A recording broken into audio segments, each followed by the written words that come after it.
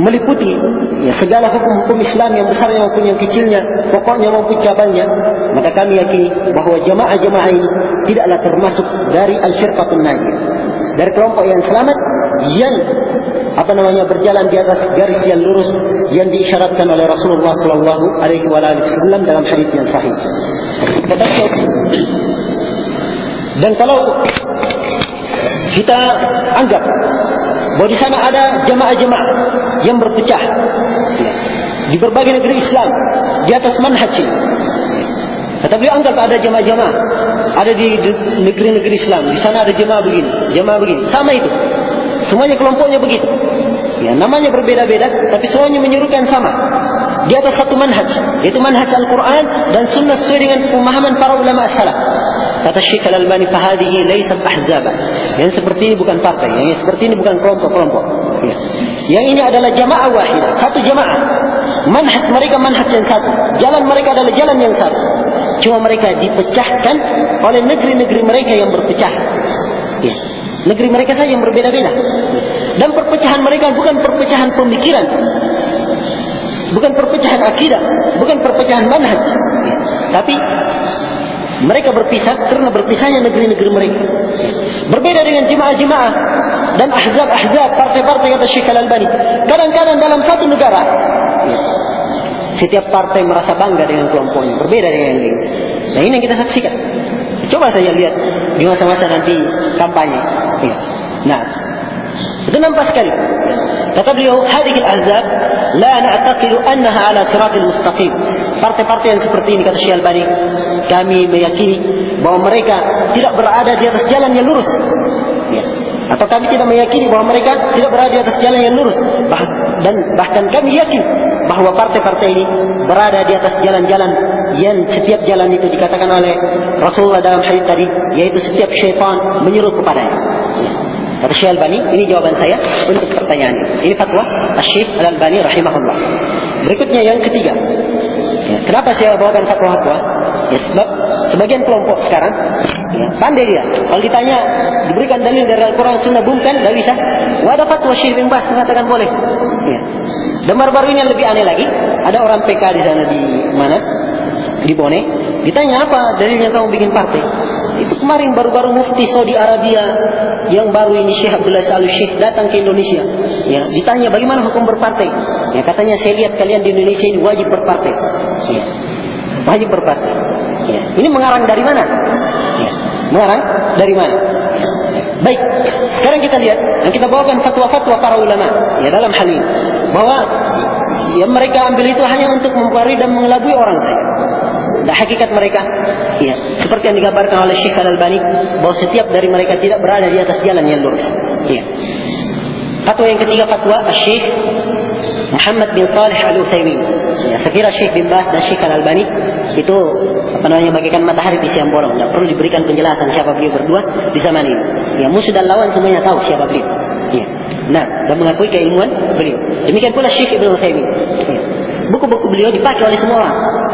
Bahkan semua kelompok, bahkan orang-orang yang menjelekkan Syekh Ibnu Utsaimin pun tidak bisa lepas dari bukunya. Kalau mau pembahasan fikih, buka buku Syekh Ibnu Utsaimin. Itu miskinnya mereka. Mengaku punya kelompok, punya jemaah, tapi kalau ingin pembahasan ilmu, carinya kepada ahli sunnah. Carinya kepada ahli sunnah. Ini menunjukkan bahwa mereka miskin di atas ilmu. Kalau mereka berada di atas sesuatu yang baik, semuanya mereka miliki. Sebab Islam itu sempurna. Islam itu sempurna. Nah, Syekh Ibnu Utsaimin ditanya, nasnya sebagai berikut. Apakah ada nas-nas dari Al-Quran dan Sunnah Nabi Sallallahu Alaihi Wasallam yang membolehkan berbilangnya jamaah? Dan membolehkan, di sini ada tambahan wal ikhwan. Saya nggak tahu apa yang dimaksud di sini membolehkan al ikhwan. Maka Syekh Ibnu Utsaimin menjawab, saya berkata, tidak ada dalam Al-Quran dan tidak ada dalam hadis, dalam Sunnah yang membolehkan berbilangnya partai dan jamaah. Bahkan yang ada di dalam Al-Quran dan Sunnah dalil yang mencelah tersebut. Kemudian beliau bawakan ayat, innal ladzina farraqu dinahum wa kanu syi'a. Yang kita bacakan tadi, sungguhnya orang-orang yang memecah belah agamanya dan mereka itu bergolong-golongan.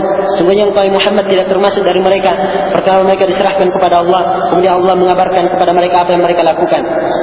Kemudian dibawakan lagi ayat yang kedua oleh beliau. Yang kita sebutkan juga tadi, kullu hizbin bima ladaihim farihun.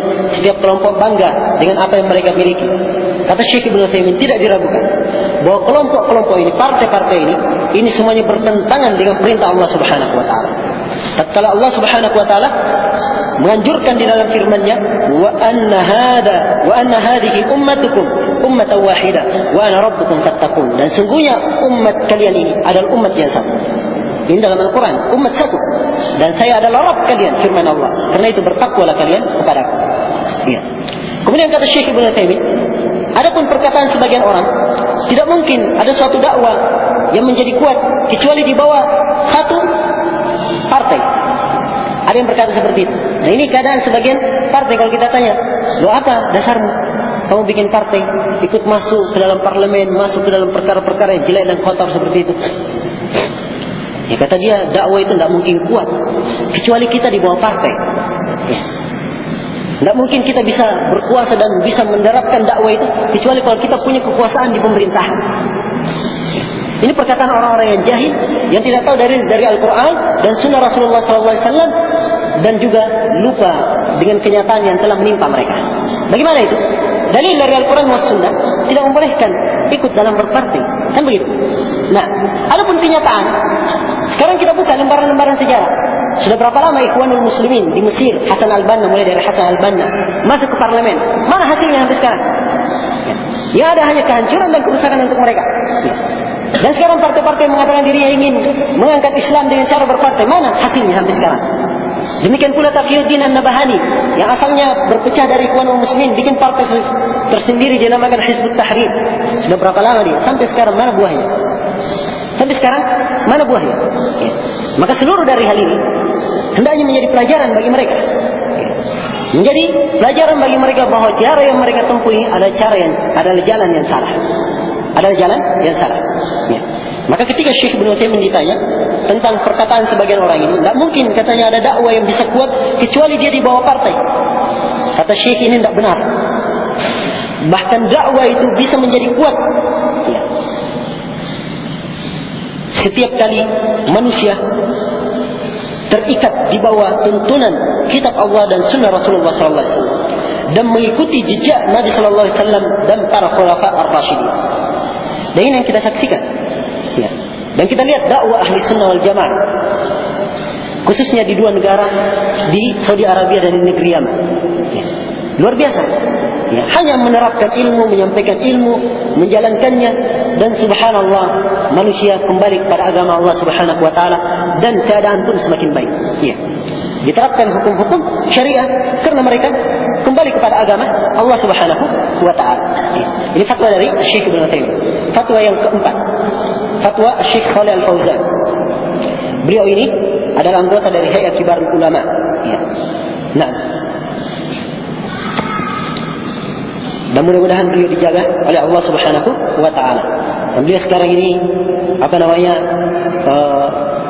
seakan-akan adalah pengganti dari para ulama kita yang telah meninggal. Ya. Selama beberapa tahun telah meninggal ulama-ulama besar, ya, mulai dari Syekh bin Baz, kemudian disusul oleh Syekh Al-Albani, kemudian disusul oleh Syekh Ibnu Utsaimin, dan terakhir disusul oleh Syekh Muqbil, ya rahimahumullah taala. Dan beliau ini dari ulama-ulama yang tersisa dan dikenal dengan keteguhan di dalam membela sunnah Rasulullah sallallahu alaihi wasallam. Ya, Syekh Shalih Al-Fauzan rahimahullah, ya, ditanya, kata beliau, ya, disandarkan dengan keadaan yang jelek sekarang ini, yang umat Islam hidup di tengah keadaan penuh kegoncangan pemikiran, khususnya berkaitan dalam masalah agama. Jamaah-jamaah, kelompok-kelompok Islam, ya, sudah menjadi banyak yang mereka mengaku bahwa metode mereka, manhaj mereka di atas manhaj Islam yang benar, yang wajib diikuti. Ya. Jadi setiap kelompok mengatakan wajib dirinya diikuti, mereka di atas metode yang benar, sehingga setiap Muslim bingung apa yang dia harus ikuti. Ya. Nah, maka dijawab ini oleh Syekh Shalih Al-Fauzan. Kata beliau, perpecahan bukan dari agama. Sungguhnya agama memerintahkan untuk bersatu, dan kita menjadi satu jamaah saja, dan umat yang satu di atas akidah tauhid dan di atas mengikuti Rasulullah sallallahu alaihi wasallam. Kemudian beliau baca ayat wa anna hadhihi ummatukum ummatan wahidah wa ana rabbukum fa'budun. Sungguhnya umat kalian ini adalah umat yang satu dan saya adalah Rabb kalian, maka sembahlah aku. Dan juga